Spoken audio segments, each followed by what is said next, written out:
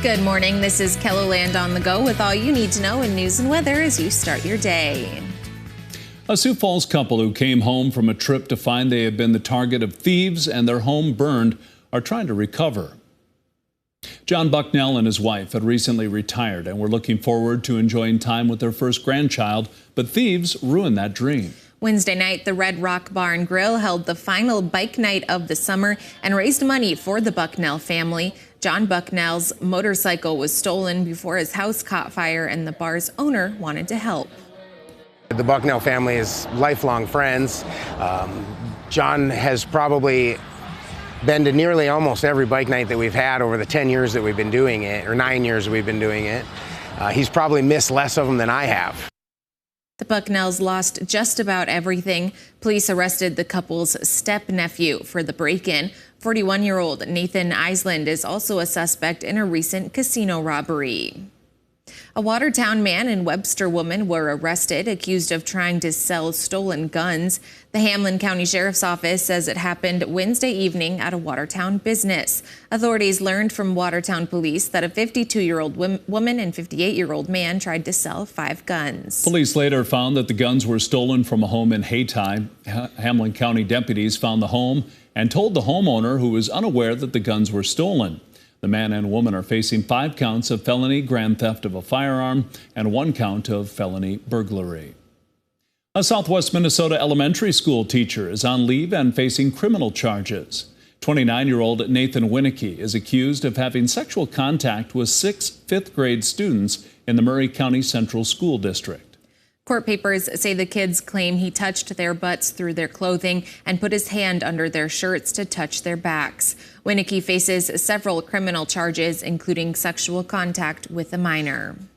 Now let's get a check of our forecast with meteorologist Brian Karstens. Good to see a little rain to start the day, Brian. Yeah, certainly some rain showers out there. Some of you picking up some nice rainfall. As we look at the radar estimates from last night and early this morning, McCook County, certainly numbers there better, 1/2 inch to 1 inch of rain, even maybe a little more than that in a couple of spots there around Salem. Hartford area picked up some showers, but generally Sioux Falls and Minnehaha County a little bit less on averages. You can also see the variability on the rain numbers around Mitchell.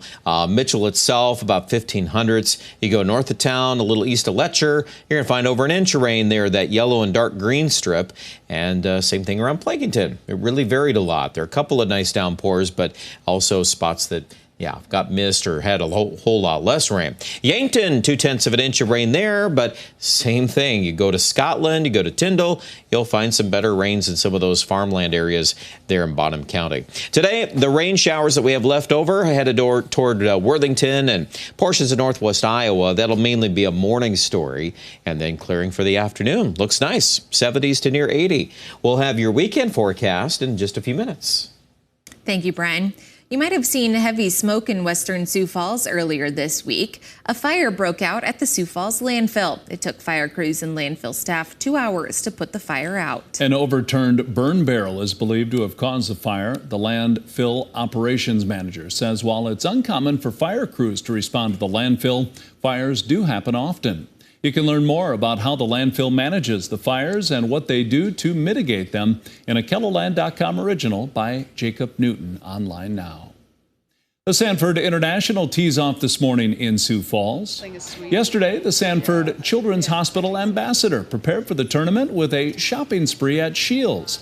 15-year-old Landon Kaiser selected an outfit for each day of the tourney and picked out toys for kids at the Sanford Castle. He was also sporting the socks he helped design. They'll be sold at the Sanford International, with a portion of each sale going to the Sanford Health Foundation.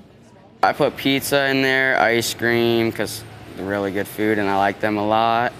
Then I put in a golf ball and the castle, just because castle means a lot to me, because spending all that time there, what the worst could have happened didn't happen because of the great care that was there, and it's special to me. Landon will hit the opening tee shot prior to the first round of the Sanford International. The opening ceremony is scheduled for 10 at Minnehaha Country Club. With the approval of the 2024 city budget this week, Sioux Falls city councilors also signed off on a new position. By the end of the year, the city will hire an arts coordinator. The person will have a budget of $150,000 for art upkeep around the city and the creation of new projects. Someone who is entrusted, and it's their responsibility to bring things together, to bring ideas, to bring people to the table. At this time, the city has yet to lay out the qualifications for those seeking to apply. That's a look at some of our top stories. Now let's get one last look at your weather with meteorologist Brian Karstens. Brian? All right, our weather update as we head toward the weekend looks like a nice forecast. Temperatures today will be in the 70s as we've been watching the radar trends from the overnight and this morning continuing to push off to the south and to the southeast. So here's Futurecast, and it builds these 70s in pretty common as we go through the afternoon. And you look upon the maps there at 3 p.m. Looks, yeah, very nice overall. Comfortable weather for tonight. We'll see lows back to the upper 40s to low 50s for many locations. And then tomorrow, well, we're going to get actually cooler weather. That Canadian airflow coming out of the north, and highs in Sioux Falls will be in the low to mid 70s. Some of you really love that kind of weather, so if that's you, well, take it in, enjoy it. It looks like more 70s are ahead on Sunday, and for the most part, dry weekend. Really don't have any signatures of any strong weather, any organized rain chances. Now, that subject could be changing by the middle of next week. We've got a potent area of low pressure digging in the Rockies. A lot of questions yet as to what this is going to look like, but we are getting good agreement that we're going to have at some point here a sizable system. Of course, we can talk about tracks, how that's going to come out, which direction, and all of that. But the main thing, the main takeaway is that finally we're breaking down the pattern, and that's going to open up rain opportunities. And for parts of Ketherland, absolutely will be on the list. But along with that, you're going to have areas of thunderstorms in most of the Great Plains at different points late next week. So we'll have a lot there to figure out, but I just want to let you know that the word unsettled comes to mind. We're looking at frequent rain opportunities and things that we probably haven't talked about very much this summer, especially if we have anything close to a pattern like this showing up about a week out from now. That would be quite the weather change. So we'll keep you posted, see how much that changes here over the weekend. Highs today, a lot of 70s, 77 degrees in Mitchell.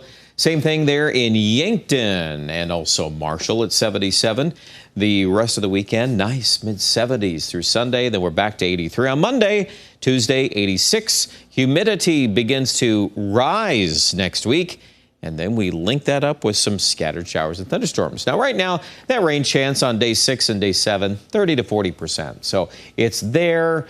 We'll be able to kind of beef up some of those numbers on certain days, depending on how the timing goes with this low.